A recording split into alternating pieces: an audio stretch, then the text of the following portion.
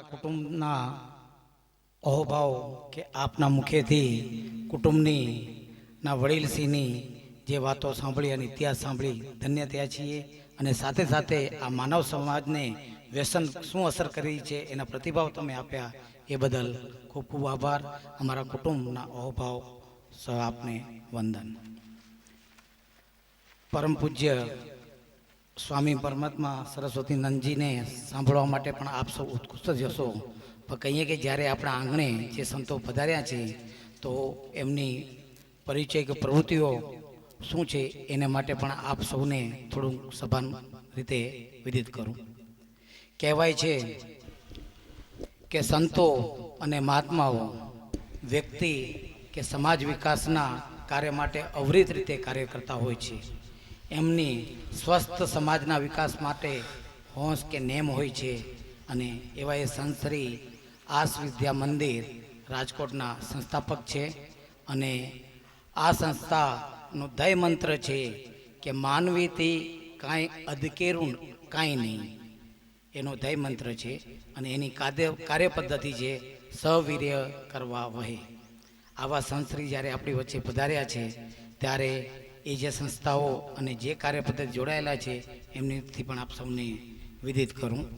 સૌ પ્રથમ તો પરમ પૂજ્ય સ્વામી પરમાત્માનંદજી સમગ્ર સમાજને સત્યોની સમજ આપવા માટે ઉપનિષદો, ગીતા અને વૈદિક ગ્રંથોના આધારે ખૂબ જ સરળ ભાષામાં વ્યક્તિ અને કુટુંબ અને સમાજનો વિકાસ થાય અને વ્યક્તિ અને સમાજ બૌદ્ધિક રીતે પરિપક્વ બને એવી પ્રવૃત્તિઓ સાથે જોડાયેલા છે.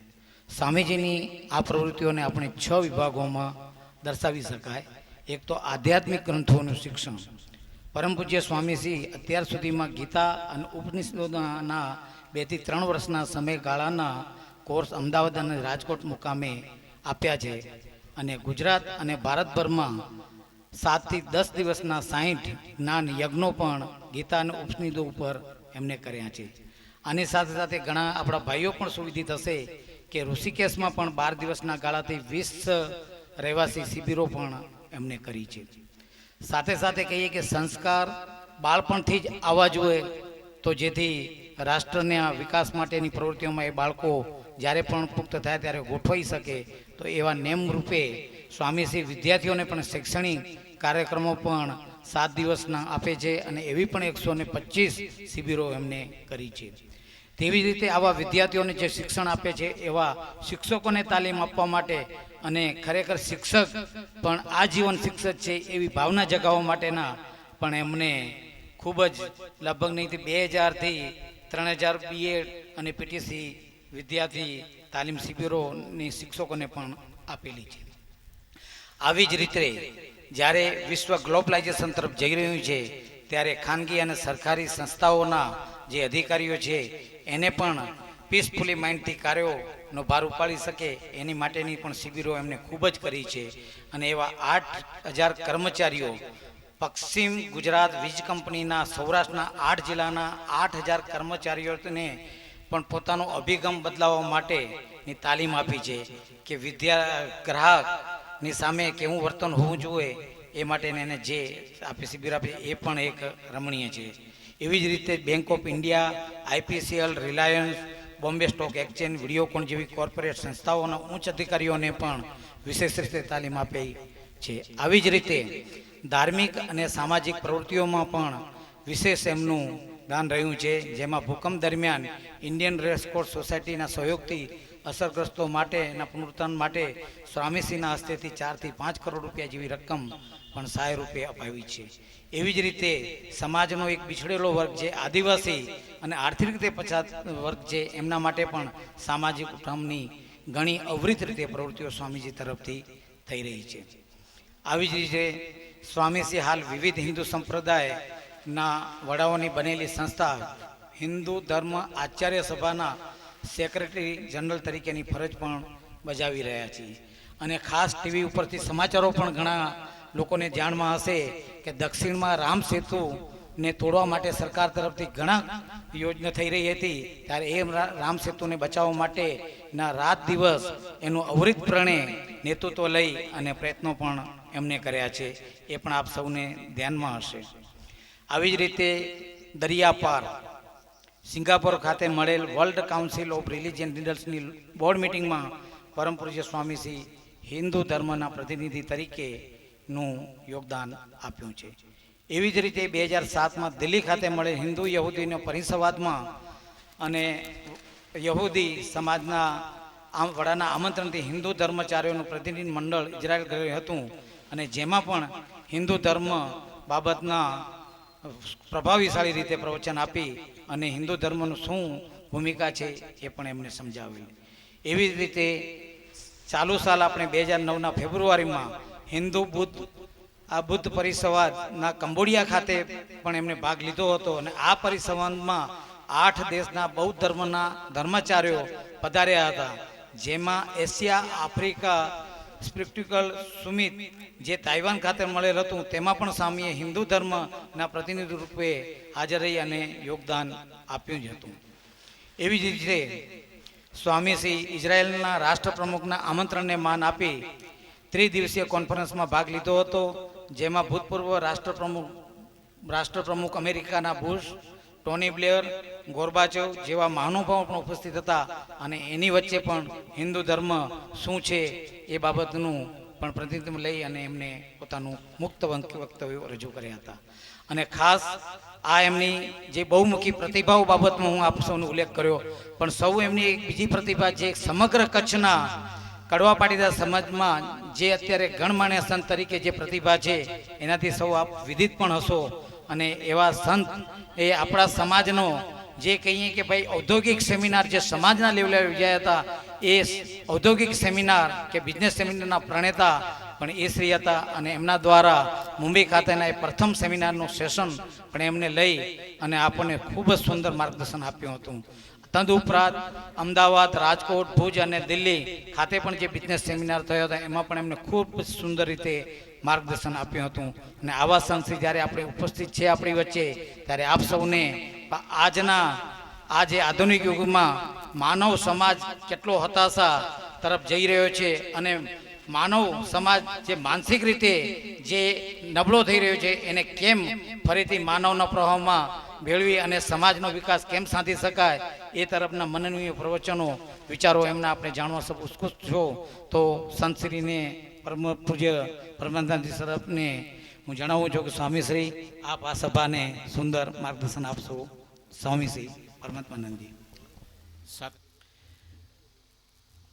ઓમ નમો બ્રહ્માદિભ્યો બ્રહ્મ વિદ્યા સંપ્રદાય કર્તૃભ્યો વંશર્ષિભ્યો મહદ્ભ્યો નમો ગુરુભ્યઃ. સર્વોપપ્લવરહિતઃ પ્રજ્ઞાનગણઃ પ્રત્યગર્થો બ્રહ્મૈવાહમસ્મિ. ઓમ શાંતિ શાંતિ શાંતિ.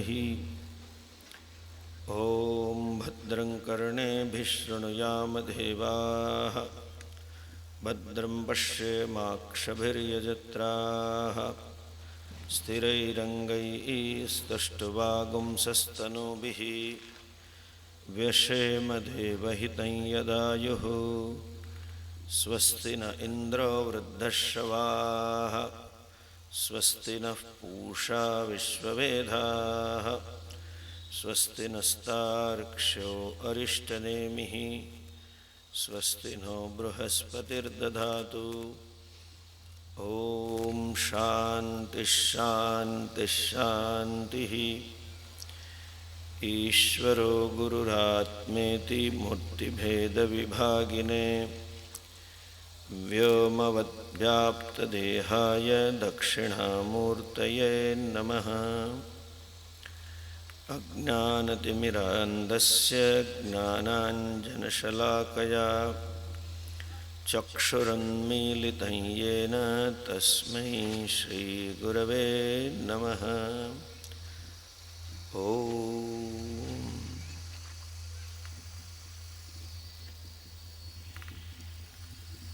श्रद्धेय साधु विश्वंभरदास जी,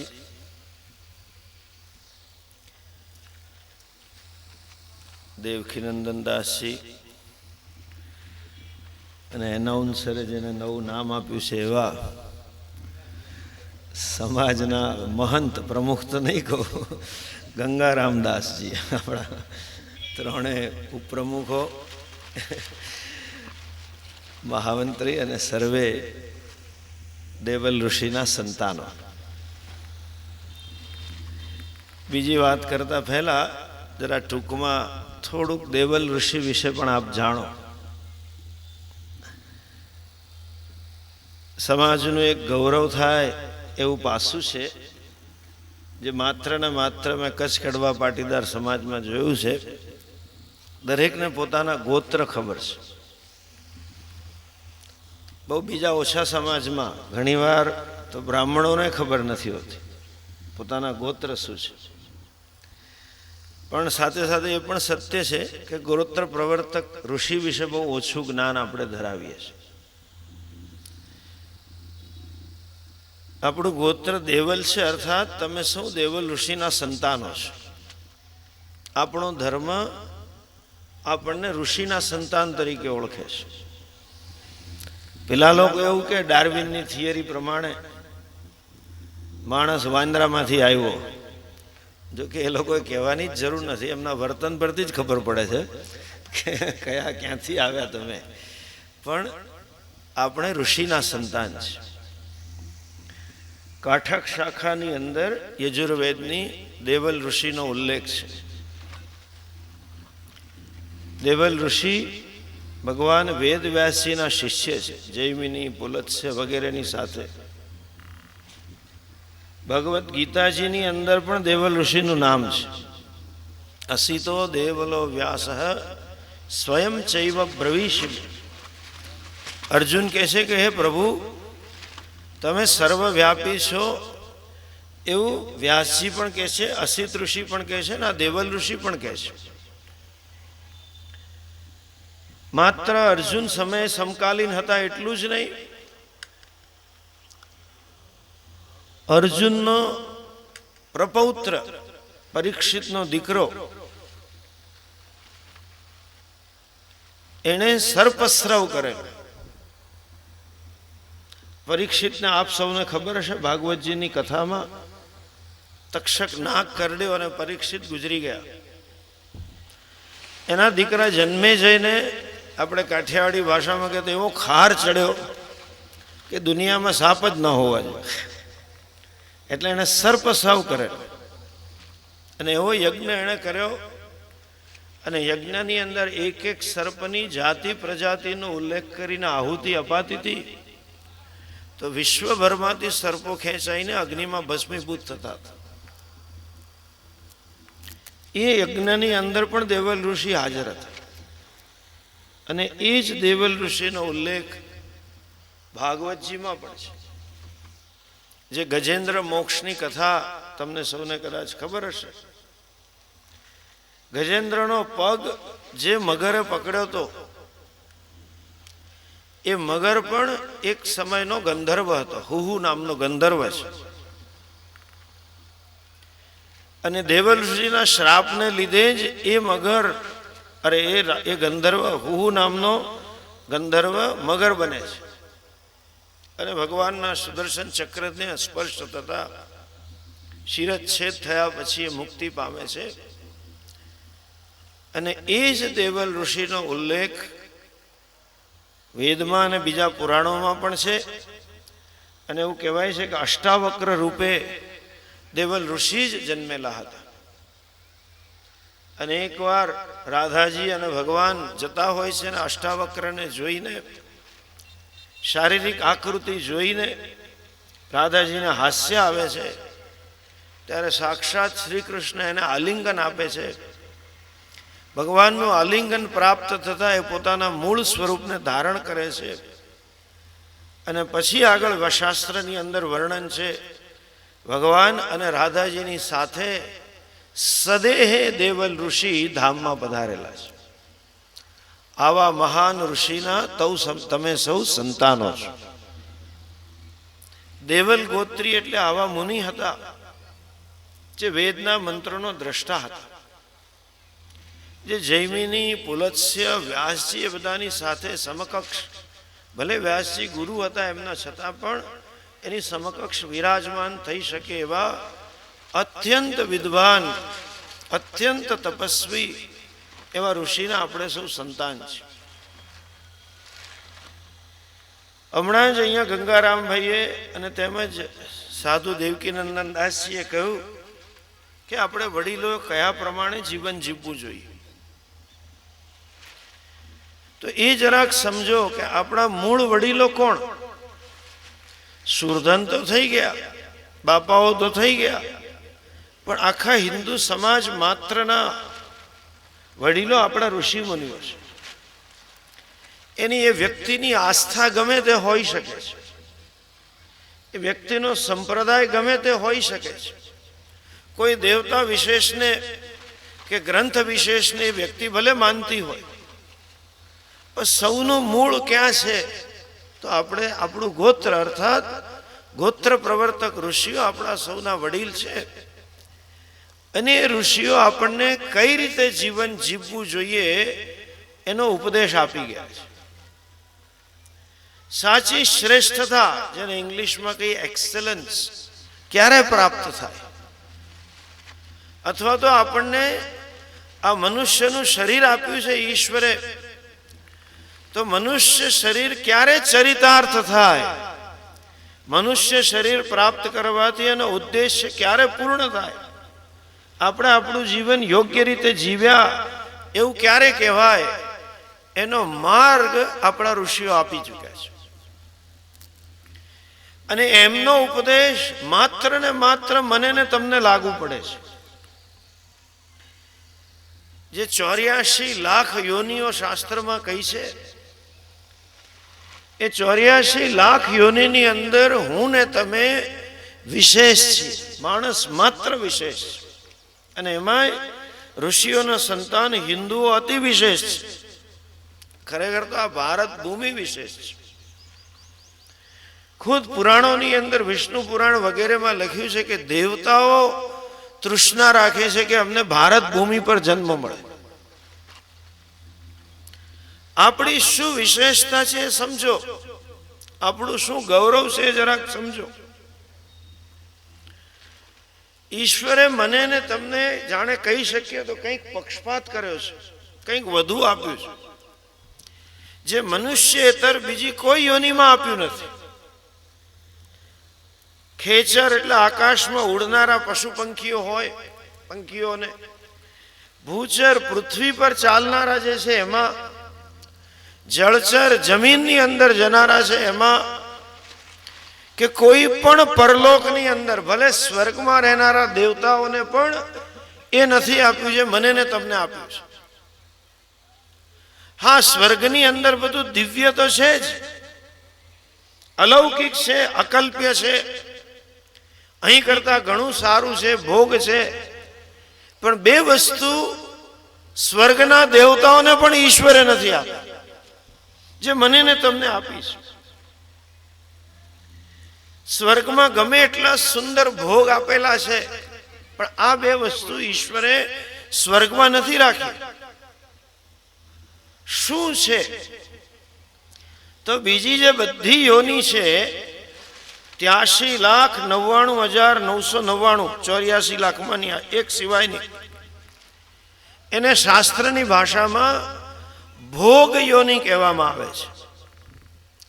અર્થાત એ જે યોનિની અંદર જન્મ થતો હોય છે એ જન્મ પૂર્વ જન્મના પુણ્ય અથવા પાપ પૂરા કરવા માટે જ છે. ઉર્ધ્વ યોનિઓ જે છે સ્વર્ગ વગેરે એ બધી ભોગ યોની જ્યાં પુણ્ય પાક્યા છે. અસુર વગેરે યોની છે જ્યાં પાપ પાક્યા છે, ત્યાં માત્ર ભોગવીને પાછા આવવાનું છે. મોડર્ન ભાષામાં કહીએ તો ત્યાં માત્ર ને માત્ર વિઝિટર વિઝા મળે છે. કયો વિઝિટર વિઝા? ટાઈમ પૂરો થાય એટલે દેશ છોડવો પડે. પશુ પંખીને પણ કોઈ પાપ કે પુણ્ય નથી. પેલો હિંસાહારી પશુ હોય, વાઘ સિંહ જેવા, કે આખી જિંદગી મારણ કરીને જીવતા હોય, જીવોનું ભક્ષણ કરતા હોય, તો એને કોઈ પાપ લાગતું જ નથી. અને આખી જિંદગી પુણ્ય કરનારી આપણી ગાય હોય, જેને આપણે માં સમાન ગણીએ. બહુ સરસ વાત સ્વામીએ હમણાં કરી કે કતલખાનામાં વધારો થયો એ આપણો વિકાસ છે. 21મી સદીનો વિકાસ આટલો જ થયો છે. પેલા જંગલી પ્રાણીઓ નખથી માંસ ચીરીને ખાય, આ લોકો જરા છરીને કાંટાથી ખાય. આટલો જ વિકાસ. ખાવાનું તો ઈ જ છે. બહુ બધું અહીંયા નેપકિન બાંધે અને ટેબલ પર બેહીને ખાય, કઈ ફરક નથી. દેશની કરુણમાં કરુણ અને દુઃખદ પરિસ્થિતિમાંની એક એ છે, આપ સૌને ખબર હશે કે ભારત દેશની આઝાદીની ચળવળ 1857નો જેને આપણે બળવો કહીએ છીએ, એ ખરેખર સ્વતંત્રતાની ચળવળ થઈ હતી. એ બળવાનો પાયો ક્યાં હતો એ તમને ખબર હશે. સૈનિકોએ શા માટે બળવો કર્યો? કારણ કે બ્રિટિશ સરકારે કારતૂસ એવા આપ્યા હતા જેમાં ગાયનું માંસ હતું, દાંતથી ખોલવાના હતા. ગોમાંસ એ આ બળવા આ ચળવળનો પાયો હતો. અને આઝાદીને આજે 62-63 વર્ષ પૂરા થવાયા પછી પણ ગોવંશ હત્યા માટેનો એક કાયદો આ સરકાર બનાવતી નથી. આ કરુણતા છે. બંધારણ તમે જુઓ તો બંધારણના ઘડવૈયાએ 10 ગાઇડિંગ પ્રિન્સિપલ્સ ઓફ ધ કોન્સ્ટિટ્યુશન્સ, બંધારણને દિશા સૂચક 10 સિદ્ધાંતો આપ્યા છે. એમાંના આ એક સિદ્ધાંતમાં લખ્યું છે કે આ દેશની આઝાદીમાં પાયામાં આ ગોમાંસની ચળવળ હતી. આ દેશની પ્રજા ગાયને અત્યંત પવિત્ર દેવતા સમાન માને છે, ગાયની પૂજા કરે છે, ગાયનું બધું જ પૂજ્ય છે. ગોમૂત્ર પણ આપણા માટે પવિત્ર છે, છાણ પણ આપણા માટે પવિત્ર છે, પૂંછડું પણ પવિત્ર છે. તો હવે પછીની સરકાર ગાયની રક્ષા થાય એવા કાયદા ઘડે એવું લખ્યું હોવા છતાં આજ સુધી કાંઈ નથી. કારણ એક જ છે, પોલિટિકલ વિલ નથી. રાજકીય નિર્ણય શક્તિના અભાવમાં આ દેશની બહુમતી પ્રજાની ધાર્મિક લાગણીઓ પ્રત્યે સંવેદનશીલતાના અભાવમાં કાયદાઓ ઘણા બધા નથી બન્યા. એમાંની એક આ વસ્તુ છે. મૂળ વાત પર આવી, એ ગાય માતા રોજ દૂધ આપીને કોઈ પુણ્ય નથી કમાતી. સ્વર્ગના દેવતાઓ મનુષ્યને એની ઈચ્છા પૂર્ણ કરીને આપે કઈ, તેમાં પુણ્ય નથી. આપણા શાસ્ત્રો, આપણો ધર્મ અને બીજા ધર્મોમાં બહુ સ્પષ્ટ વાત છે, ફરક. બીજા બધા જ સંપ્રદાયો મર્યા પછી એમ કહેશે કે તમે સ્વર્ગમાં જાઓ. God in heaven created the world, જન્નત में બેઠા. આપણે ત્યાં કંઈક ધામ કહે છે, ફલાણું ધામ, સાકેત ધામ ને ગોલોક ને વગેરે. પણ આપણા વેદ, આપણી ભગવદ્ ગીતા બહુ સ્પષ્ટ છે કે આ બધા જ ધામ કે બધા જ લોકો એ અનિત્ય છે.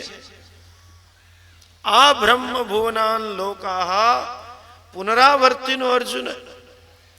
સૌથી ઊંચામાં ઊંચું ધામ હિરણ્ય ગર્ભનું ધામ જે વેદમાં લખ્યું છે, બ્રહ્માજીનું સ્થાન, જેના વર્ણનમાં આવે છે કે આપણા 1000 યુગની ચોકડી પૂરી થાય ત્યારે બ્રહ્માજીનો સૂર્યોદયથી સૂર્યાસ્ત થાય છે. સત્ય, દ્વાપર, ત્રેતા અને કળી 4 યુગ પૂરા થાય એવું એક, અને એવા 1000 જાય ત્યારે બ્રહ્માજીનો એક સવારથી સાંજ પડે. 2000 પૂરા થાય ત્યારે બ્રહ્માજીની તારીખ બદલાય. આવો ટાઈમ સ્કેલ વાળો બ્રહ્મલોક પણ વિનાશી છે. કોઈ પણ ધામમાં તમે જાઓ, કર્મના પરિણામ રૂપે તે વિનાશી જ છે, એનો નાશ થવાનો છે.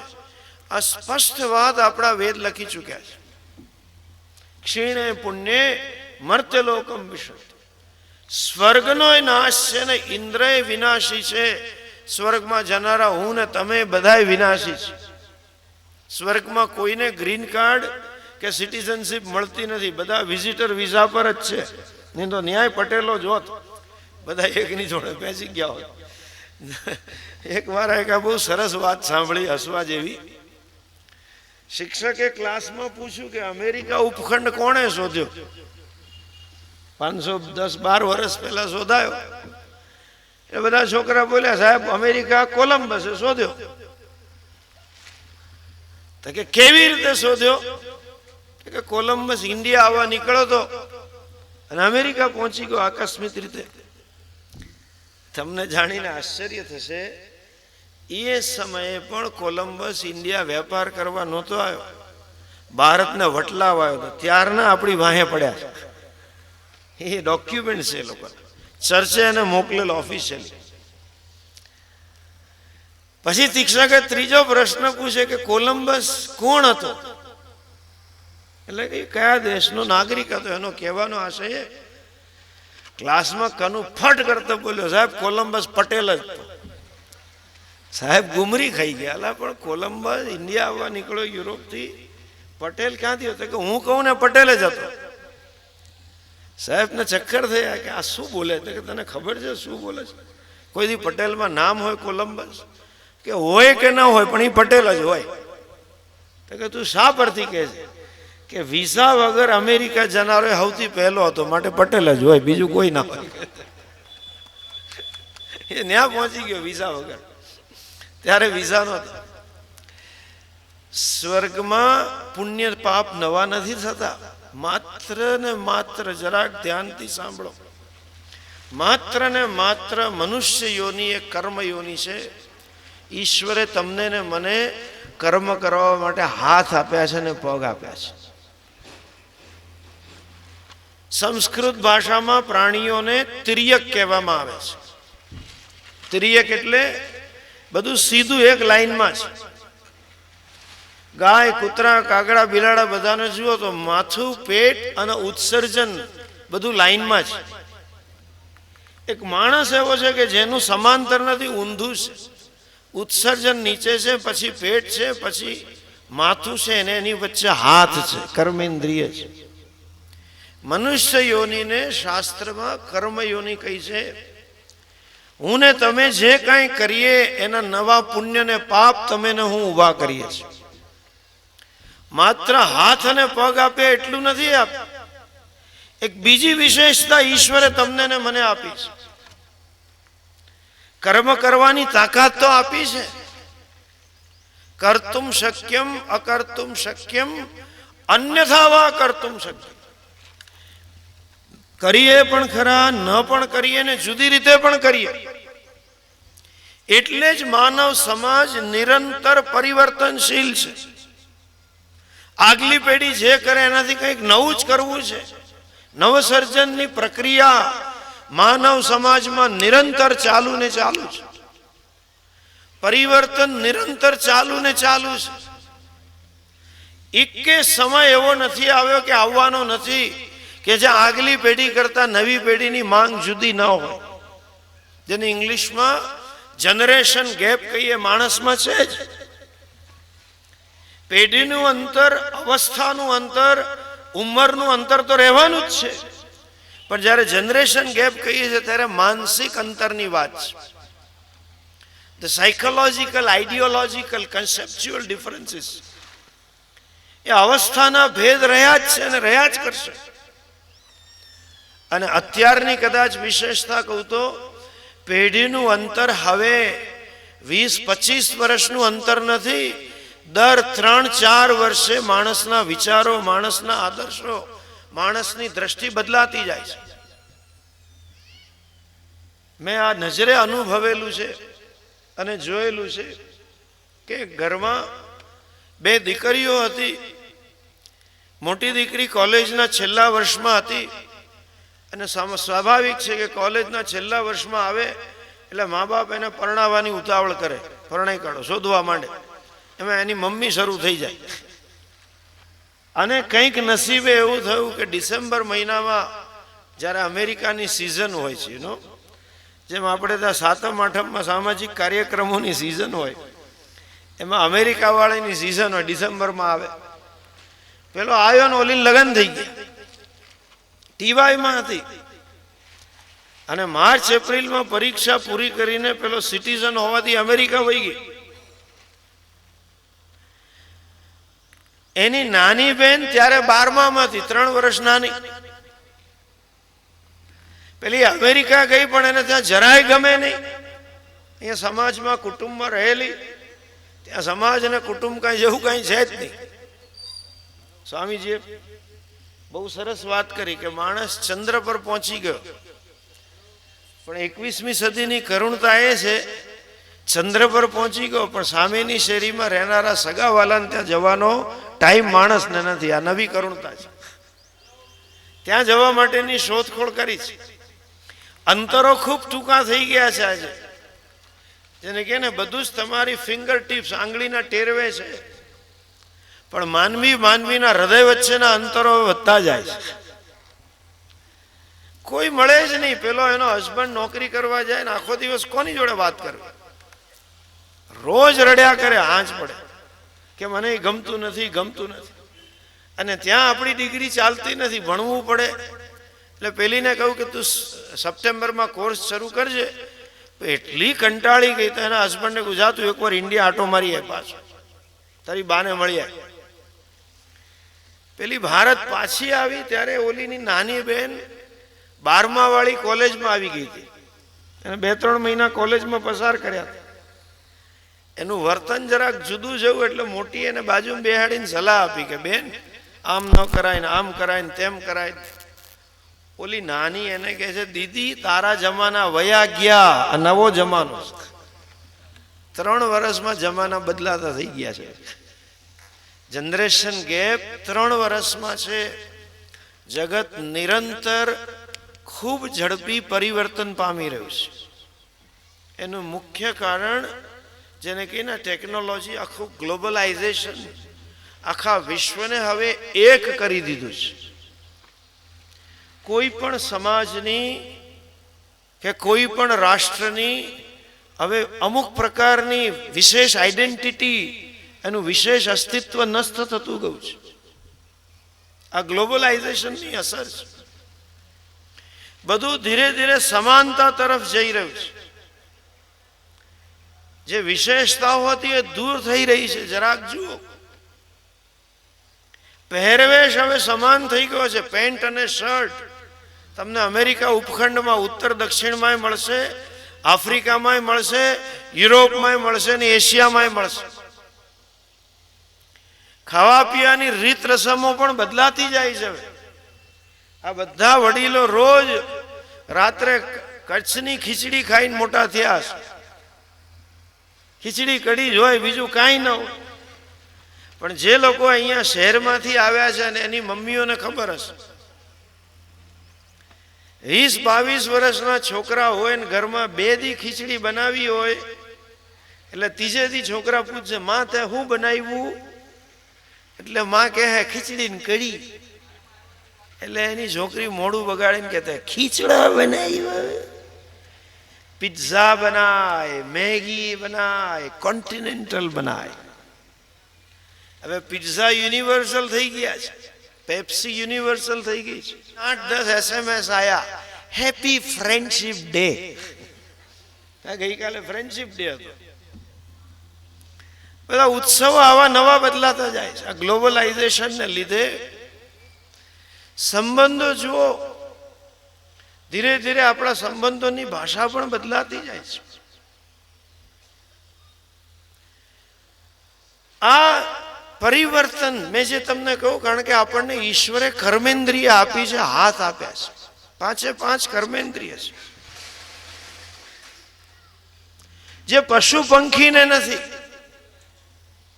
અને એનાથી વિશેષ ઉત્સર્જનની ઉપર પેટ છે, પેટની ઉપર હાથ છે, અને હાથની ઉપર ઈશ્વરે માથું આપ્યું છે.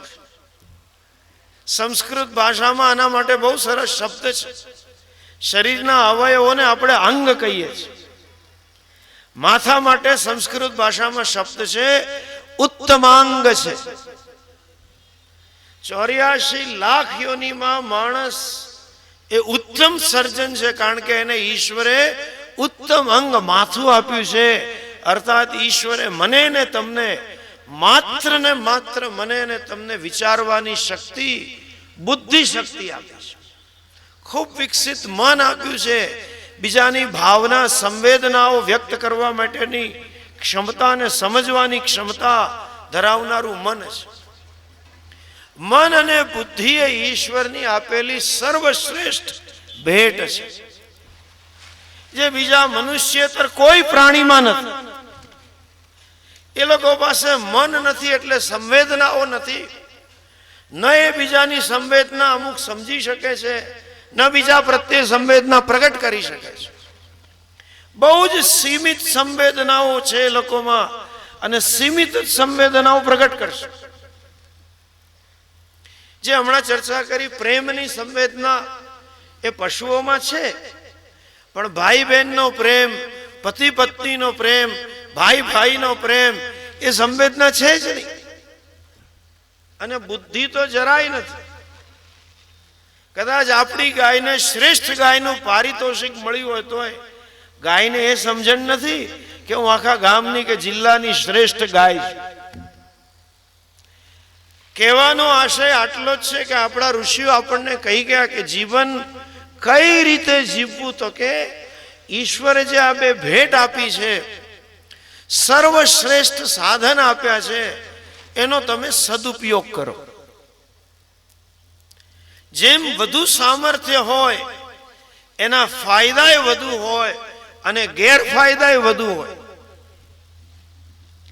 આજથી 100 વર્ષ પહેલા, 200 વર્ષ પહેલા માણસની ગતિ માટે માત્ર ઘોડા ને ગાડા હતા, એટલે સામાન્ય સમાજ બળદગાડામાં જતો. એ બળદની સીમા શું, એની શક્તિ શું?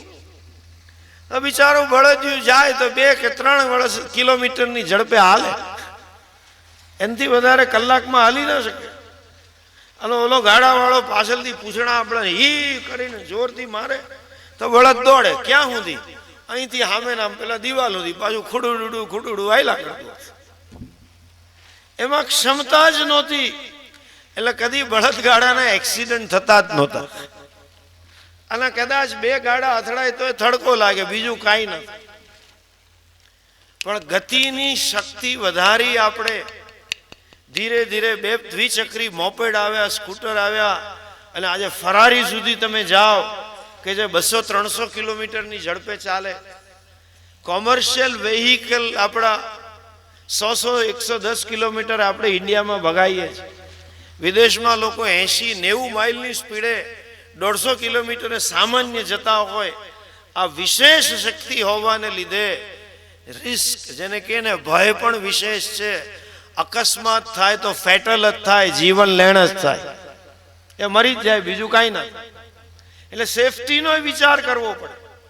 એટલે આવ્યું કે બેલ્ટ બાંધો ને એરબેગ આવવા માંડી, સેફટી માટેના મેઝરમેન્ટ આવવા માંડ્યા. કેમ કે અકસ્માત ખરાબ થશે, ભયંકર થશે, જીવન લેણ થશે.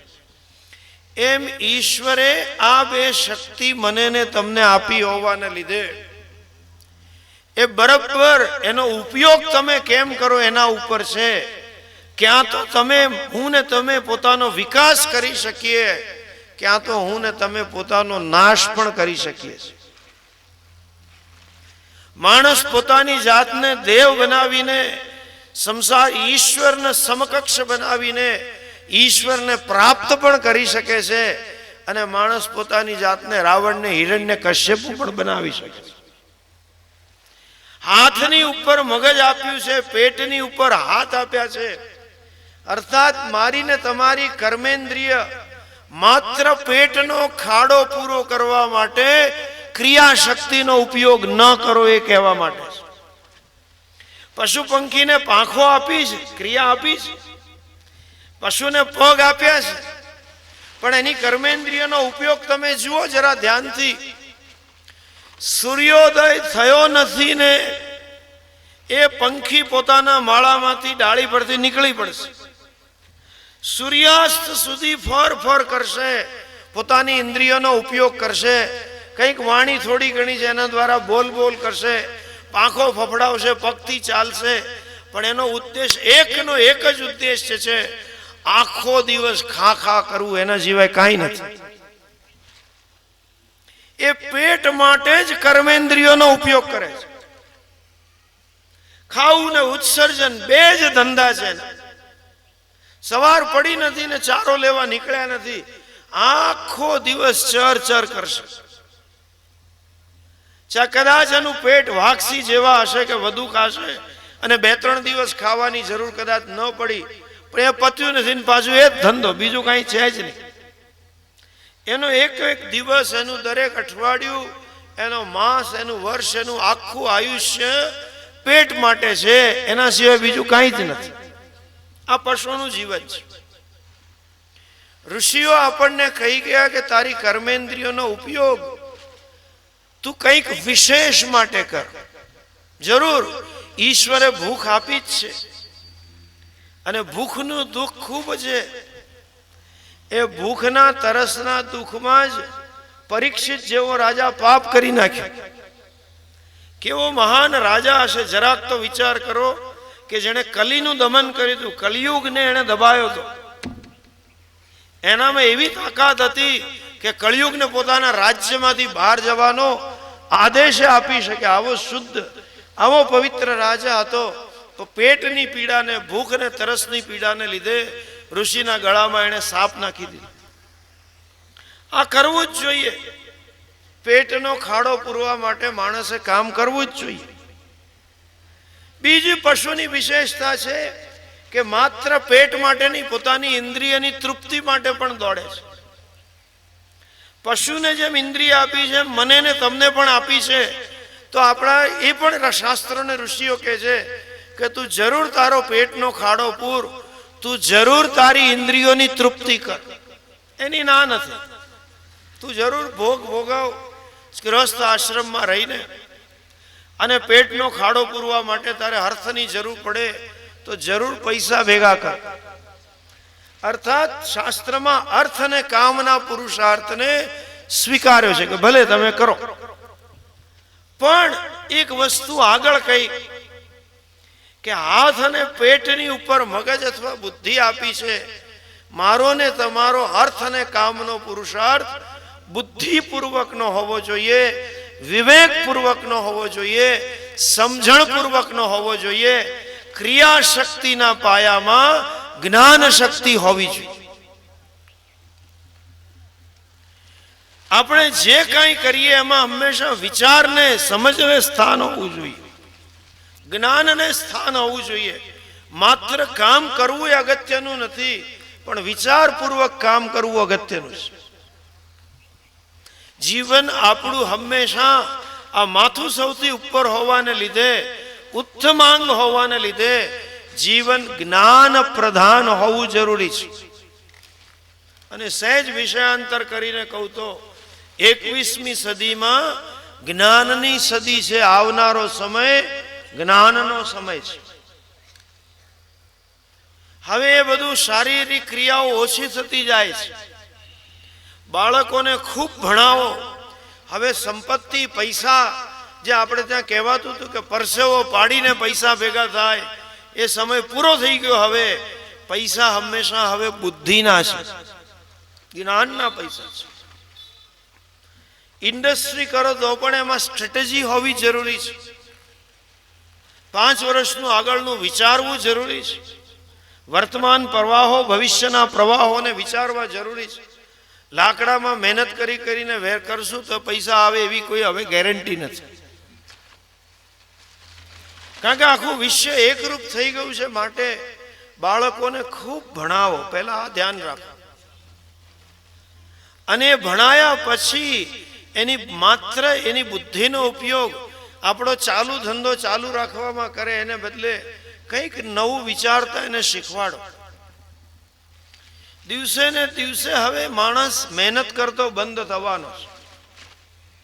એટલી બધી યાંત્રિકતા ને એવી બધી શોધખોળ આવી ગઈ છે કે જે પેલું સ્લોગન હતું ને, કર લો દુનિયા મુઠ્ઠી મેં, રિલાયન્સનું, હવે એવું નથી. આખી દુનિયા તમારી ફિંગર ટિપ્સ ઉપર આવી જવાની છે, આંગળીના ટેરવે. આખો સમય ઇન્ટરેક્ટિવિટીનો, જેને બિલ ગેટ્સની ભાષામાં કહીએ તો કશાની જરૂર જ નથી. હવે ઓફિસ જવાની પણ જરૂર નથી, લેપટોપની જરૂર નથી. હવે તો નેટબુક આવી ગઈ, નોટબુક જેવી નેટબુક. ઓરિજિનલી જ્યારે કોમ્પ્યુટર્સ બજારમાં આવ્યા, પીસી 84,000 લાખ રૂપિયાના આવતા હતા. પછી લેપટોપ આજે 30-40 હજારમાં છે. આજે $200-250 નેટબુક મળે છે. નોટબુકની સાઇઝનું કોમ્પ્યુટર આવી ગયું છે. એના દ્વારા તમે નેટ કનેક્શન મેળવી લો. હા, સીડી પ્લે નથી થતી હવે. અને હવે તો પોકેટ બુક આઈઓ વાળાની આવી ગઈ, બેકપેક તમે કરીને જાઓ. એની જરૂર નથી. હવે આ 3G બેન્ડ ભારત સરકાર શરૂ કરી દેશે, કે ત્યાં સેટિંગમાં બાકી છે, બાકી ટેકનોલોજી તો છે જ. દિલ્હીમાં જ્યાં સુધી ફાઇન ટ્યુનિંગ ન થાય ને ત્યાં સુધી ટેકનોલોજી ઇમ્પ્લિમેન્ટ નથી થતી. મિનિસ્ટર અને સપ્લાયરનું ફાઇન ટ્યુનિંગ જરૂરી છે. એ ફાઇન ટ્યુનિંગ થયા પછી તમારે 3G મોબાઈલ જ જોશે, બીજું કાંઈ જરૂર નથી. You can download anything. હવે પેન ડ્રાઈવ 12 જીબીની આવતી થઈ ગઈ, મોબાઈલ 10 જીબીના આવતા થઈ ગયા. દિવસે ને દિવસે વ્યાપારની પ્રક્રિયા બદલાતી જાય છે. શિક્ષિત અને અશિક્ષિતની વ્યાખ્યા બદલાતી જશે. જે કોમ્પ્યુટર સેવી હશે એ જ શિક્ષિતમાં ગણાશે, અક્ષર જ્ઞાન નહીં. એનાથી વધારે મેળવવું પડશે. અને એમાંય વ્યવસાયની અંદર એક ક્ષેત્ર એવું બાકી નથી કે જેમાં આ ટેકનોલોજીનો પ્રવેશ નથી. બુદ્ધિપૂર્વકનો હવે વ્યવસાય કરવાનો છે. અને એનાથી વિશેષ વસ્તુ હું કહું તો બુદ્ધિપૂર્વક આપણે આપણું જીવન જીવવું જોઈએ. એ આપણા ઋષિઓની શીખ છે. કર્મ કરો તો એના પાયામાં બુદ્ધિને પ્રધાનતા આપો, જ્ઞાનને પ્રધાનતા આપો. એક સુભાષિતમાં કહ્યું છે, આહાર નિદ્રા ભય મૈથુનમ ચ સામાન્ય મેતત પશુભીર નરાણામ. માણસ અને પશુમાં સમાન છે આહાર, નિદ્રા, ભય, મૈથુનમ. તો માણસની વિશેષતા શું છે? તો કે ધર્મો હિ તેષામ અધિકો વિશેષા, બુદ્ધિ હિ તેષામ અધિકા વિશેષા. માણસને ઈશ્વરે બુદ્ધિ આપી છે, વિશેષ છે. અને જેના જીવનમાં બુદ્ધિનો ઉપયોગ નથી, જેના જીવનમાં સાચી સમજણ નથી, બુદ્ધિહીનાહા ધર્મહીનાહા પશુભિ સમાનાહા, એ કે પશુ સમાન છે. સૌથી વધુ ભોગ ભોગવવા, સૌથી વધુ પૈસા ભેગા કરવા, એમાં માણસની મહાનતા નથી. એ તમે જરૂર મેળવો એની ના નથી. વ્યવહારમાં સંપત્તિની આવશ્યકતા છે, વ્યવહારમાં ભોગની આવશ્યકતા છે. જરૂર ભેગું કરો. પણ એટલું કરવાથી મારું ને તમારું જીવન ચરિતાર્થ થતું નથી. મારું ને તમારા જીવનના, મનુષ્ય જીવનના ઉદ્દેશ્ય પૂર્ણ થતો નથી. આપણું જીવન સફળ થતું નથી.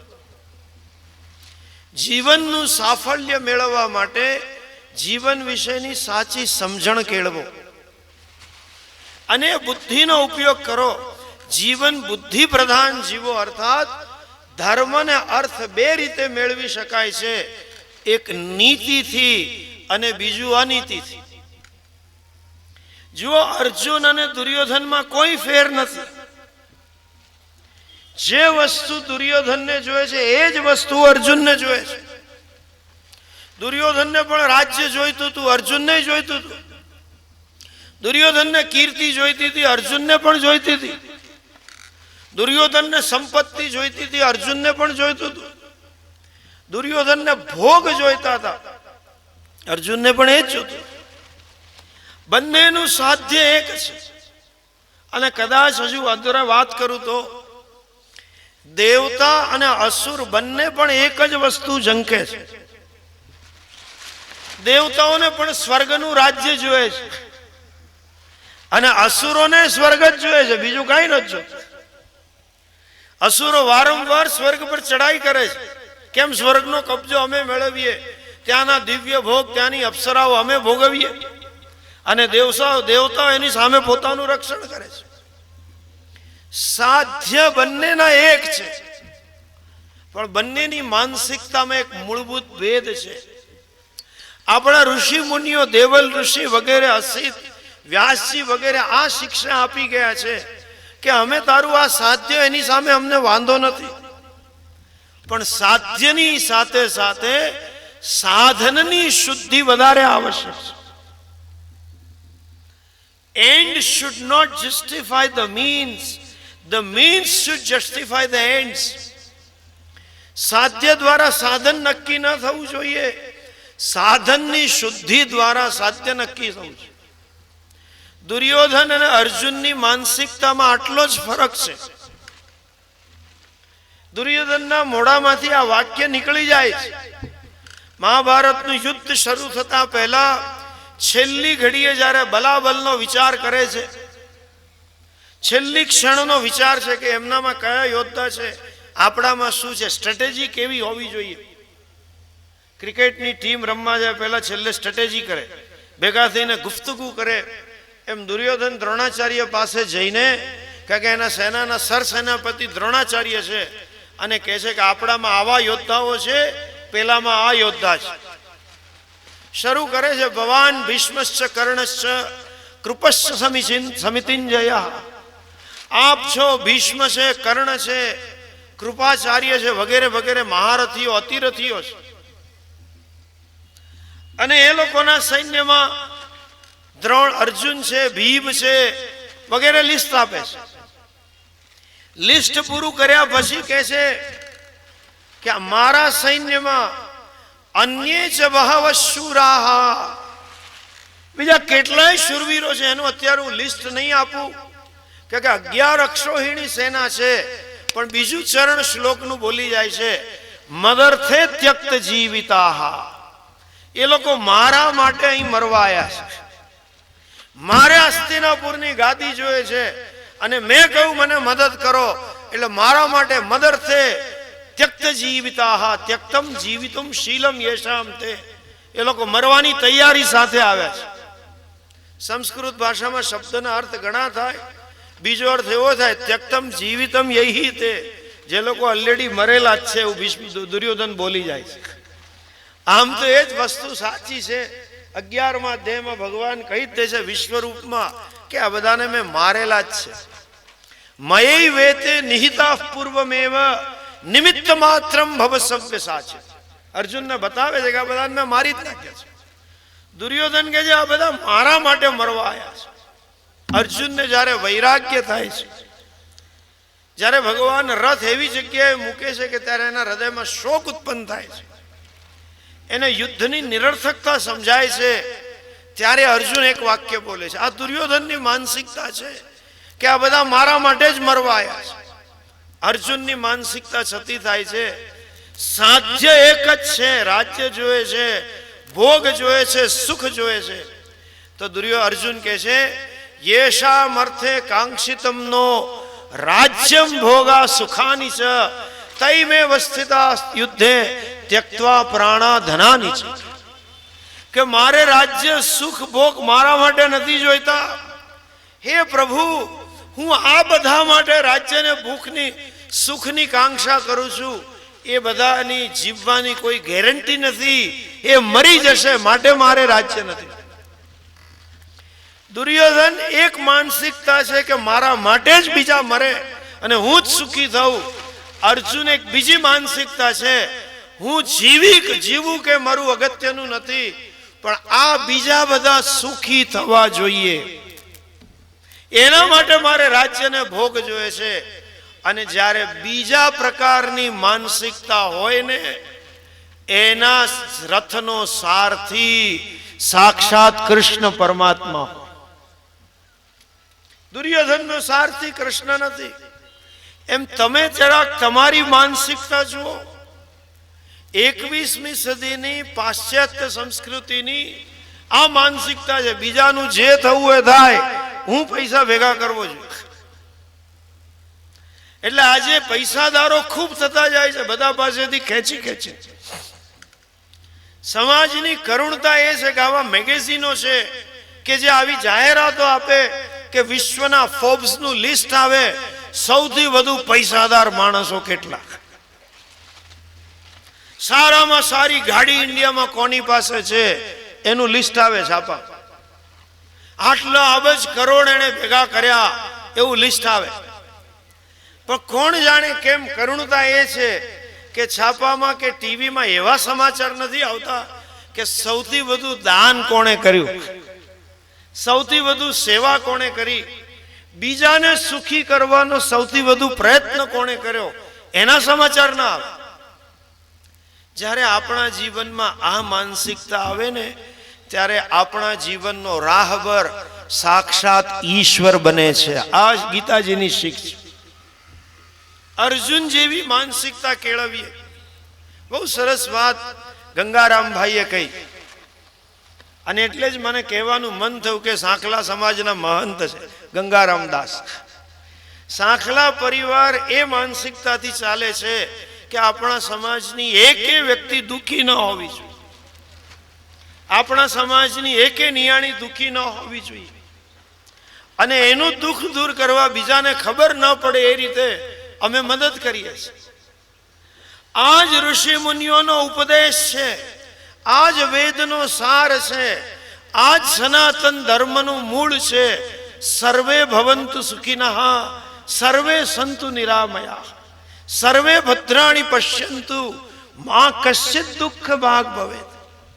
સર્વે સુખી થાવ, કોઈના જીવનમાં અણુ માત્ર દુઃખ ન આવે, પ્રાણી માત્ર દુઃખી ન થાય. આજ આપણા ઋષિઓનો સંદેશ છે. માત્ર સાંખલા સમાજની વ્યક્તિ એ આપણી કુટુંબ નથી, પણ વસુધૈવ કુટુંબકમ, આખી વસુધા મારું કુટુંબ છે. તમે લોકોએ આ ભાવનાથી સમાજ ચલાવો છો તો હું એટલું જરૂર કહીશ, દેવલ ઋષિની સંતાન થવાને તમે સાચા લાયક છો. હવે આ ઋષિનો ઉપદેશ કે બીજાને સુખી કરીને હું સુખી થાઉં, બીજાની પીડા દૂર કરીને હું મારી પીડા પછી દૂર કરું. આ જ ખરેખર આપણો ધર્મ છે, આ જ આપણી શીખ છે, અને એ જ મારું ને તમારું રોજિંદુ જીવન છે. ઇતિહાસના પાના ઉપર એ રાજાઓના જ નામ લખાયા છે કે જેણે બીજાને સુખી કરવાનો પહેલા પ્રયત્ન કર્યો છે, અને બીજાના સુખની પરવા કર્યા વગર માત્ર હું સુખી થઉં એ જ રાક્ષસ છે. જે બીજાને સુખી કરવા પ્રયત્ન કરે એ દેવતા છે. માટે જ હંમેશા ભગવાન નારાયણ દેવતાઓની મદદ કરે, રાક્ષસોની કદી મદદ ન કરે. એ દુર્યોધનની માનસિકતા આસુરી માનસિકતા છે, અને ત્યાં ઈશ્વરનો સહારો ન પ્રાપ્ત થાય. અને જે આ માનસિકતાથી જીવે એને ડગલે ને પગલે ઈશ્વર સહાય કરે છે. જો એક સત્ય બીજું પણ સમજો,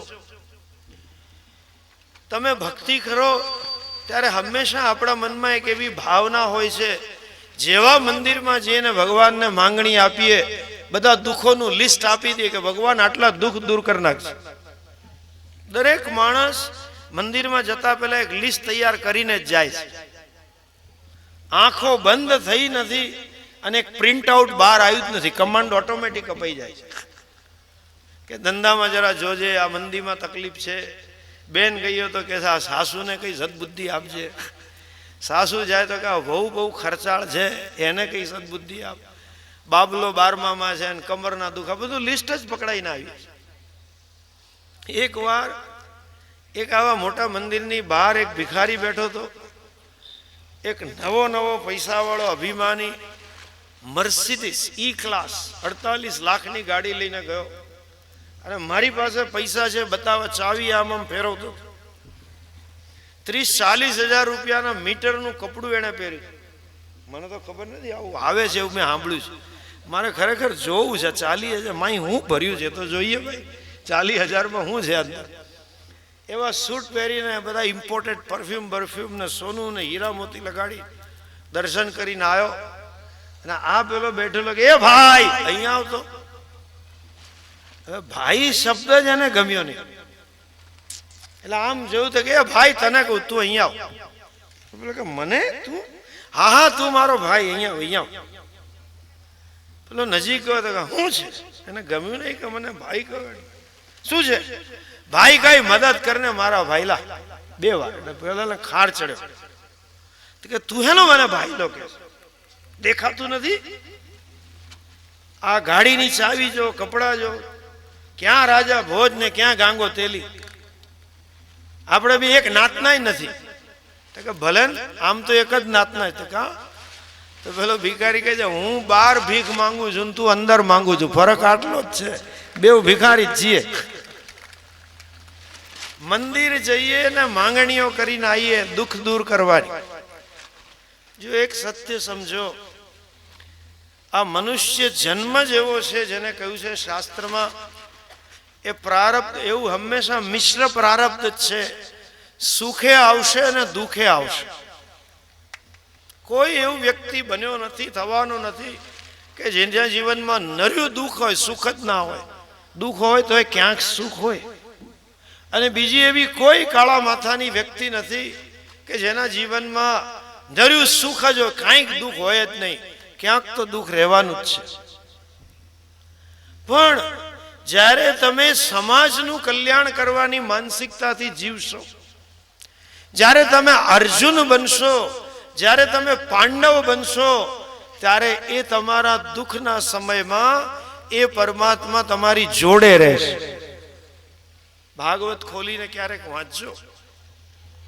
જ્યારે કલી પરીક્ષિતને મળે છે ત્યારે પરીક્ષિત ઓળખાણ આપે છે એ ખબર છે હું કોણ છું? આખો સર્ગ છે, ભાગવતનો એક અધ્યાય છે. એમાં એક એક શ્લોકમાં એક એક પ્રસંગનું વર્ણન છે કે મારા જે પૂર્વજ દાદા હતા, અભિમન્યુના પિતા અર્જુનના પાંડવો, કે એ પાંડવોના જીવનમાં આટલી આટલી ક્ષણે સાક્ષાત નારાયણે એમને મદદ કરી છે, એની સેવા કરી છે, એનો વંશજ છે. જ્યારે સમાજનું કલ્યાણ કરવાની માનસિકતા રાખીએ તો એ અજ્ઞાત ઈશ્વર હંમેશા આપણી સાથે રહેશે. આપણી મુશ્કેલીમાં આપણા દુઃખ જરૂર આવશે, પણ એ ઈશ્વર આપણને દુઃખને પાર કરાવશે. પેલા તમે કદાચ એ બહુ પ્રચલિત વાર્તા સાંભળી હશે અથવા વાંચી હશે, ફૂટપ્રિન્ટ્સની. એ મહાપુરુષ જરાક દોસ્ત તમે વાતો ના કરો. એક માણસ આવો આખી જિંદગી ભક્તિ કરતો હોય છે અને એણે સાંભળ્યું કે ભગવાન જે ભક્તિ કરે અમારા જેવા કોઈ સંત પાસે તો ઈશ્વર હંમેશા એની સાથે રહે. જીવન યાત્રામાં મારી સાથે જ હતા ભગવાન. કે હા દીકરા, હું હંમેશા તારી સાથે જ હતો. ભગવાને એને બતાવ્યું કે જો આ તારી જીવન યાત્રા, એના પગલાની છાપ, જેને ઇંગ્લિશમાં કહેવાય ફૂટપ્રિન્ટ્સ, કે જો આ એક પગલાની છાપ તારી છે ને બીજી મારી છે, હું હંમેશા તારી સાથે જ હતો. એનો આખો માર્ગ જો બધે પગલા હતા, બે જોડી, પણ ક્યારેક એક જ પગલાની છાપ હતી. એમાંથી એને કુતૂહલ થયું, સહેજ વિચાર આવ્યો પહેલા કે બહુ સારો સમય હશે ને, ભગવાન કંઈક આગો પાછો થયો હશે, એને કામ ઘણા હોય. તેણે કહ્યું કે આ કયો ટાઈમ હતો મારા જિંદગીનો, કયો કાળ હતો? તો એણે જાણવા મળ્યું કે અત્યંત કપરામાં કપડો કાળ હતો. ત્યારે જ એક જ ફૂટપ્રિન્ટ હતા, બે નહોતા. ત્યારે એક જ પગલાની છાપ હતી, બે નહોતી. એટલે એણે ભગવાનને ફરિયાદ કરી કે પ્રભુ, તમે સંસારી જેવા સારા સમયે ભેગા રહ્યા અને કપરો સમય આવ્યો ત્યારે મને મૂકીને વયા ગયા. પેલો કે ના ભાઈ, હું બધા ટાઈમે તારી જોડે જ હતો. પેલો ગુસ્સે થઈને કે જુઓ, આ ખરાબમાં ખરાબ ટાઈમ હતો ત્યારે તમે નથી, આ જ છે, જો હું એકલો છું. ત્યારે ભગવાને બહુ સરસ કહ્યું કે દીકરા, આ ખરાબમાં ખરાબ ટાઈમે તારી વાત સાચી કે એક જ પગલાની છાપ છે, પણ એ પગલા નથી, તારા નથી, મારા છે. મુશ્કેલીમાં તું એટલો અશક્ત હતો કે હાલી નહોતો હકતો, મેં તને ઉપાડીને પાર કરાવ્યું છે. મુશ્કેલી આવશે, ઈશ્વર પાર કરાવશે. હવે આ મુશ્કેલી જરાક સમજો. મેં તમને કહ્યું ગ્લોબલાઇઝેશનમાં બે પ્રકારની છે. એક સંજોગક મુશ્કેલી, પરિસ્થિતિ વિકટ આવે એનો સામનો કરવો એક મુશ્કેલી છે. પણ બીજી ખરાબમાં ખરાબ અને અતિ મુશ્કેલી જે આવે છે, જેની માત્રા દિવસે ને દિવસે વધતી જાય છે, એ છે બાહ્ય સંજોગો ખરાબ હોય પણ બુદ્ધિ ખરાબ થાય, એના જેવી બીજી એકે મુશ્કેલી નથી. માણસનો વિનાશ થતા પહેલા સંજોગોથી માણસ હારી જતા પહેલા, આવી થતા પહેલા માણસનું મન ખરાબ થાય છે, બુદ્ધિ ખરાબ થાય છે. એકવાર એની વિચાર શક્તિ નાશ પામી, બુદ્ધિ ખલાસ થઈ ગઈ એટલે બાકીનું બધું જ નાશ પામે છે. એટલે જ કહ્યું છે બુદ્ધિ નાશે સર્વનાશા. માણસનો સર્વનાશ ત્યારે જ થાય જ્યારે એની બુદ્ધિનો નાશ થાય ત્યારે. અને ઉત્તમાંગ એને નાશ પણ ખૂબ થાય. એટલે જ ગીતાજીમાં ભગવાન કહે છે બુદ્ધિ નાશાત પ્રણશ્યતિ. પતી ગયું પછી બુદ્ધિનો નાશ થયો એટલે માણસ મરી ગયો. એ નાશ અટકાવવા માટે શું કરવું જોઈએ એ વસ્તુ આપણા ઋષિ મુનિઓ આપણને કહી ગયા છે. આજકાલ શરીરની સ્વસ્થતા માટે બહુ લોકો જાગૃત છે. શરીર ફિટ હોવું જોઈએ, સ્વસ્થ હોવું જોઈએ, કોલેસ્ટ્રોલ ન હોવું જોઈએ, ડાયાબિટીસ ન હોવો જોઈએ, વગેરે વગેરે ધ્યાન રાખે છે. એટલે લોકો કસરત કરે છે. પણ શરીરની સ્વસ્થતા કરતાં પણ વધારે મનની સ્વસ્થતા આવશ્યક છે. શરીરની સ્વસ્થતા કસરતથી આવે, યોગાસન વગેરે પ્રાણાયામથી આવે, પણ મનની સ્વસ્થતા માટે આપણા ઋષિ મુનિઓ કહી ગયા છે મનની સ્વસ્થતા સત્સંગથી આવે, જ્ઞાની પુરુષનો સંગ કરવાથી. સત્સંગત્વે નિસંગત્વમ, નિસંગત્વે નિર્મોહત્વમ, નિર્મોહત્વે નિશ્ચલતત્વમ, નિશ્ચલતત્વે જીવન મુક્તિ. ભજ ગોવિંદમ ભજ ગોવિંદમ ગોવિંદમ ભજ મૂઢમ. અને 21મી સદીમાં બુદ્ધિને અસ્વસ્થ કરનારા પરિબળો અનેક છે. જે વસ્તુ આપણે એકાંતમાં ન વિચારી શકતા હવે જાહેરમાં છે. કચરો આખી દુનિયા જાણે કે ગટરથી જ છલકાયેલી છે. આંખ ખોલો નથી ને ગટર પહોંચી નથી અંદર, કાન ખોલ્યા નથી ને પહોંચી નથી.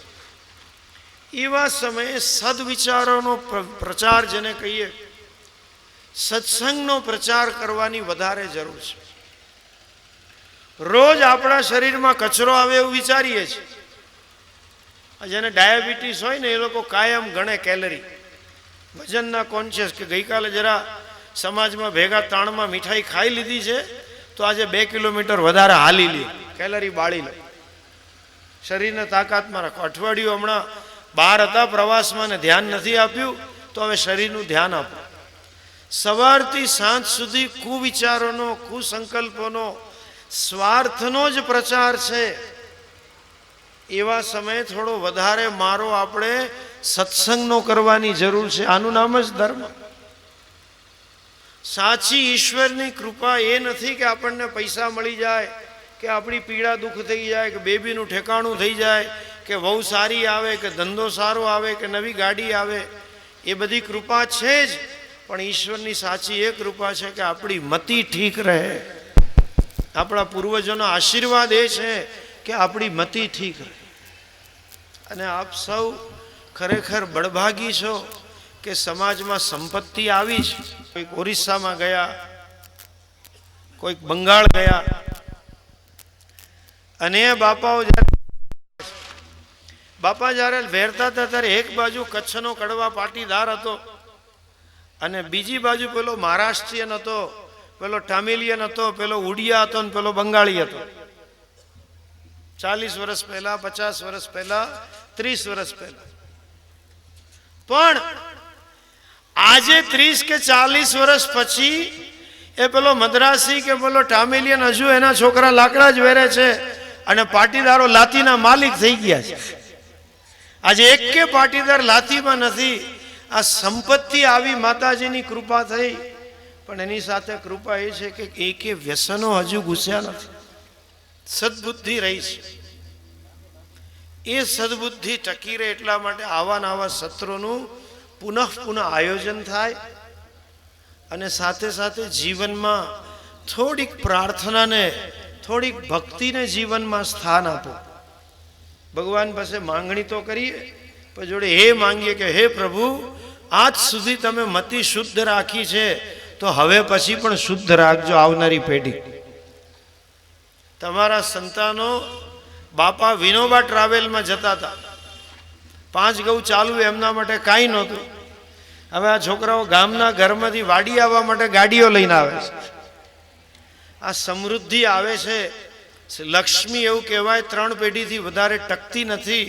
એનું કારણ એક જ છે, લક્ષ્મીવાળા માણસો સંસ્કાર પ્રત્યે ધ્યાન નથી આપતા.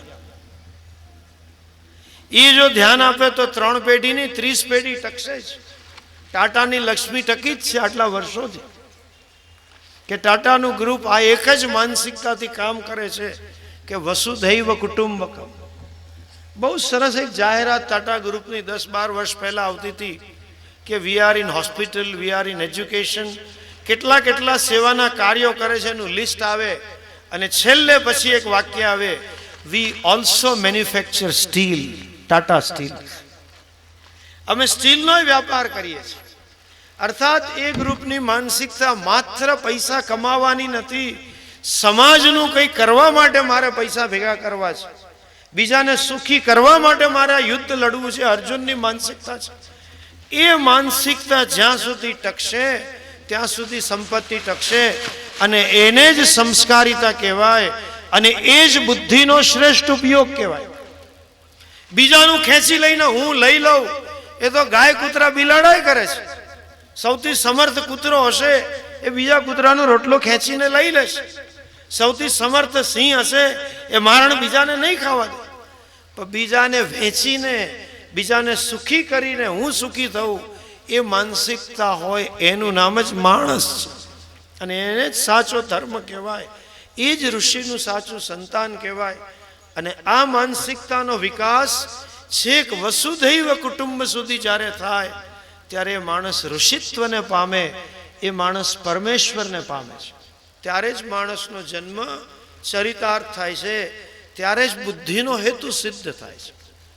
અને ઈશ્વરની રચનાની વિશેષતા એ છે, વાસ્તવિકતા એ છે કે જેમ તમે બીજાને સુખી કરશો એમ તમે વધારે સુખી થશો.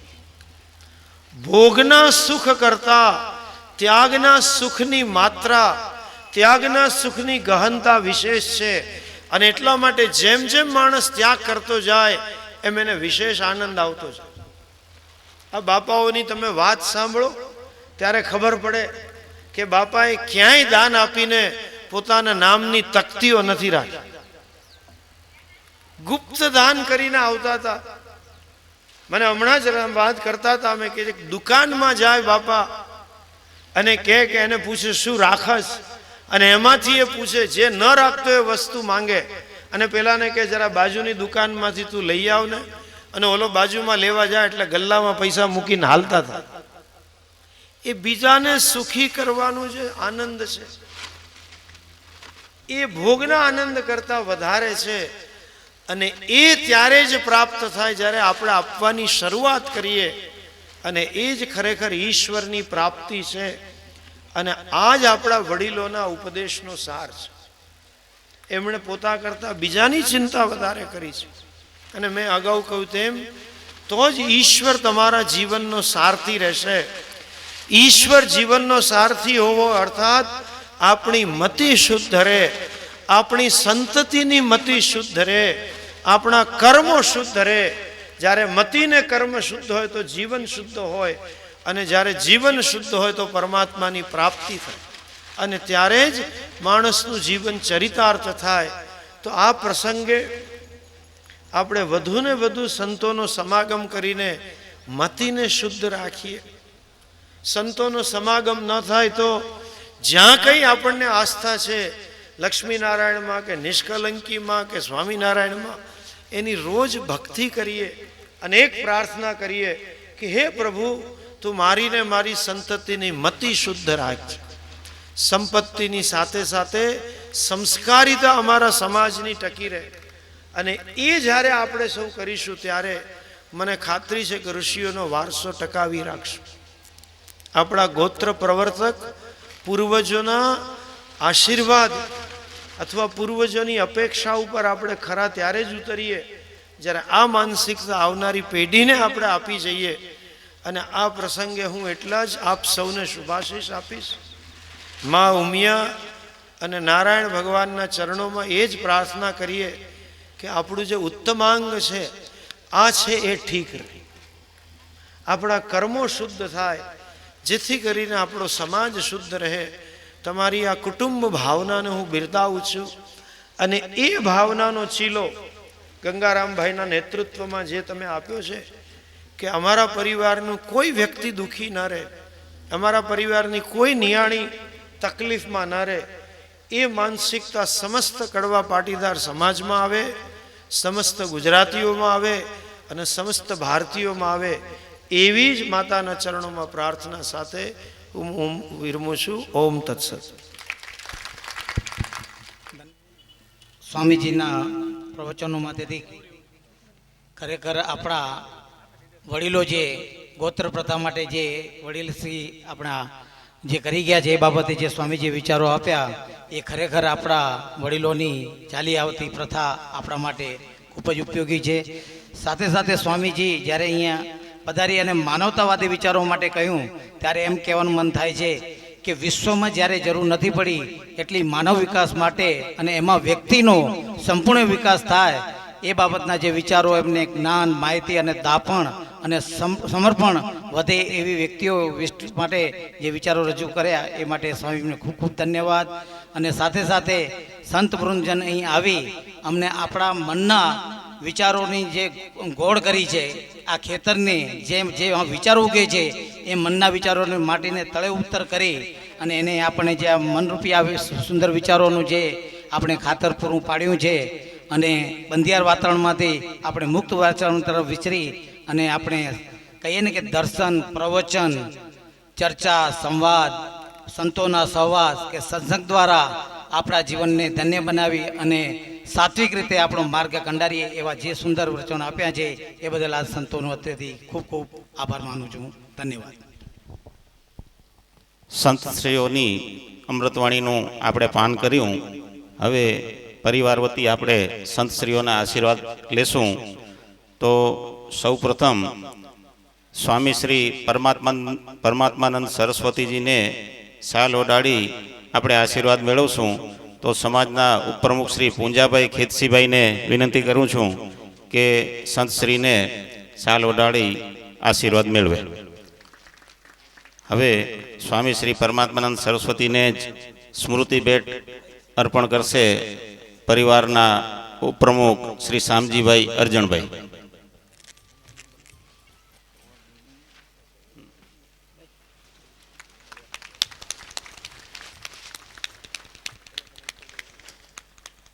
હવે સ્વામી શ્રી દેવચરણ દાસજીને શાલ ઓઢાડી આશીર્વાદ મેળવશું પરિવારના ઉપપ્રમુખ શ્રી જસવંતભાઈ દેવજીભાઈ.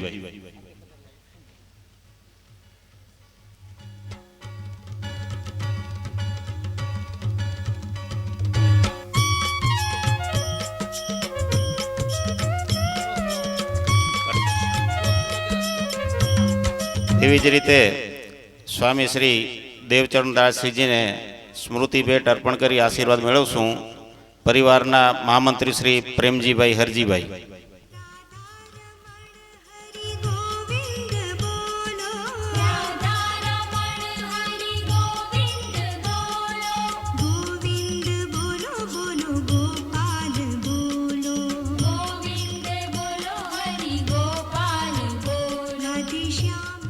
સ્વામી શાસ્ત્રી શ્રી વિશ્વવલ્લભદાસજીને શાલ ઓઢાડી આશીર્વાદ મેળવશું પરિવારના ખજાનચી શ્રી શિવજીભાઈ માવજીભાઈ.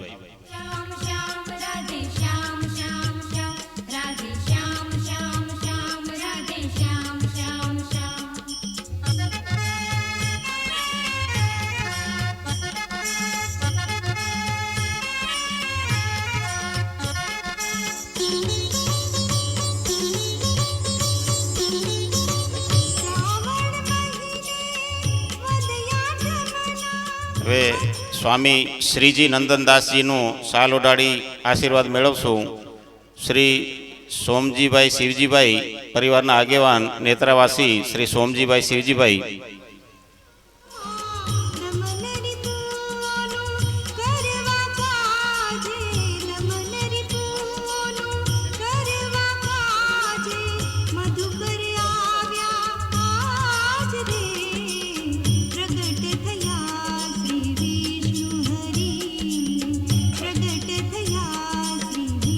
સ્વામી શ્રી ભક્તિ વિહારી દાસજીને શાલ ઉડાડી આશીર્વાદ મેળવશું. પરિવારના નેત્રાવાસી આગેવાન શ્રી કરશનભાઈ હીરજીભાઈ.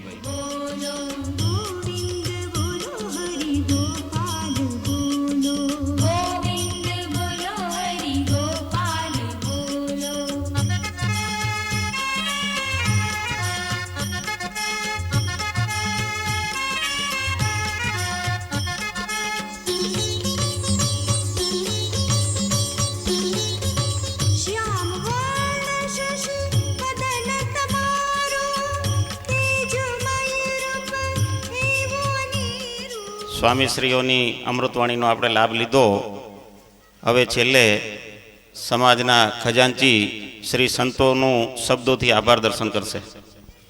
અખિલ ભારતીય કચ્છ કડવા પડદાર દેવલ ગોત્રીય સાંખલા પરિવારના આપણા પ્રમુખશ્રી, ઉપસ્થિત સંતોશ્રી પરમ પૂજ્ય સ્વામી પરમાત્માનંદ સરસ્વતીજી તેમજ પરમ પૂજ્ય શાસ્ત્રી સ્વામી શ્રી દેવચરણદાસજી, સાથે પધારેલ સંતગણો, આપણા પરિવારના હોદ્દેદારો, ટ્રસ્ટીગણ તેમજ ઉપસ્થિત સર્વે વડીલો, માતાઓ, ભાઈઓ, બહેનો અને બાળકો, આજે આપણું ત્રિવાર્ષિક મહાસંમેલનની શુભ શરૂઆત પહેલું જ સત્ર સંત સભાથી જે શરૂઆત થઈ અને આપણા આમંત્રણને માન આપી જે આ સંતો અહીંયા ઉપસ્થિત થયા અને આપણા આ સંમેલનને ખૂબ સારી શુભ શરૂઆત કરી. આજના 21મા યુગમાં ભૌતિક ગમે તેટલી સગવડો આપણે મળી છે કે રોજે રોજની સગવડો ઊભી થાય છે, પણ સાચું સુખ શામાં છે અને આપણા ઋષિમુનિઓનો જે સંદેશો છે એ આપણે જે એને સભાન કર્યા તે બદલ ઉપસ્થિત સર્વે સંતોનો આપણા પરિવાર વતી હું ખૂબ ખૂબ આભાર માનું છું. અને સંતોએ જે એના પ્રવચનમાં જે આપણે સાર સંદેશ આપ્યો તે આપણા જીવનમાં આપણે ઉતારીએ અને આપણા પરિવારને સંગઠિત અને એકતા વધતી રહે એવા સંતોના આપણા પર શુભ આશીષ રહેતા રહે એવી અપેક્ષા સહ વિનવું છું. સંતો સાથે પધારેલા સહયોગી એવા બે જણનું આપણે શાલ ઉડાડી સન્માન કરશું. સૌ પ્રથમ વાલજીભાઈ કેસરાભાઈ નાગરાણીનું સન્માન કરશે મંત્રી શ્રી છગનભાઈ. સાથે સાથે આણંદથી પધારેલ શ્રી અરવિંદભાઈનું પણ છગનભાઈ શાલ ઉડાડી સન્માન કરશે.